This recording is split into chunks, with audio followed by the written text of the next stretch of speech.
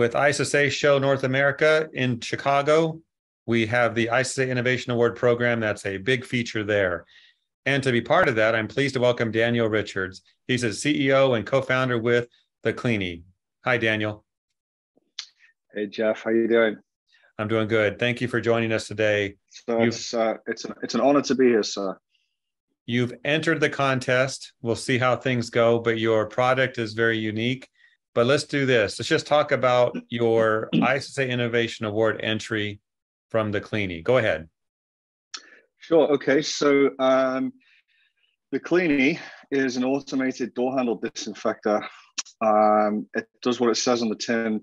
We came up with this idea. I actually had this idea in my head for about 15 years. And during COVID, after the first lockdown in May 2020, I got together with my co-founders, one being my wife, one being one of our best friends, and the three of us decided to make it reality. So we got together and we threw some ideas around. None of us had an experience in this industry. We looked at all sorts of different solutions. We landed on a hypochlorous acid, which is hot property in the Jansan world these days.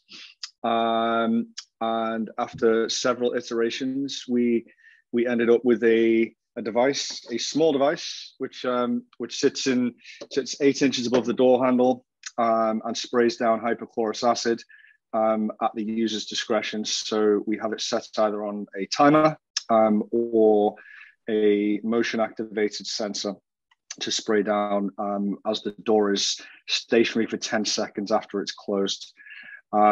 We feel like we've built something that's unique, and yeah, I mean it seems to be very well received so far by the market. So hopefully only more good things to come. So I imagine there's other products that do something similar. What makes the Cleani innovative and sustainable? Good question. So there are a couple of products in the markets similar, and we're well aware of them. The biggest thing that makes us unique is the solution, right? So we were the first and only company, as far as I'm aware, in North America that has a solution that is safe to use around pets and children. Our competitors use quaternary ammonium, which is an intermediate chemical. They also have very different price points to us. We put this together to make sure it was, what I'll call a no-brainer. From a cost perspective, it's inexpensive. It's very easy to install. The design as well is very unique. We actually had a design firm look at this, and they're called Yabu Puschelberg. They spent time on a town hall.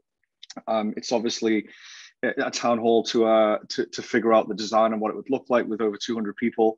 They're being an international furniture interior design firm. They were probably the best people to ask. It's obviously automated, so it's no hassle for the user, and there's no upfront costs. It's a very low learning curve, low maintenance efforts versus the competition. We've tried to make it as simple as possible for the user, and I think we've struck the balance. Sounds like a great system, very innovative. Appreciate the details. Talk to us for a moment about those that use the Cleani, in their buildings. How will this impact them? How will this impact the industry? Another good question.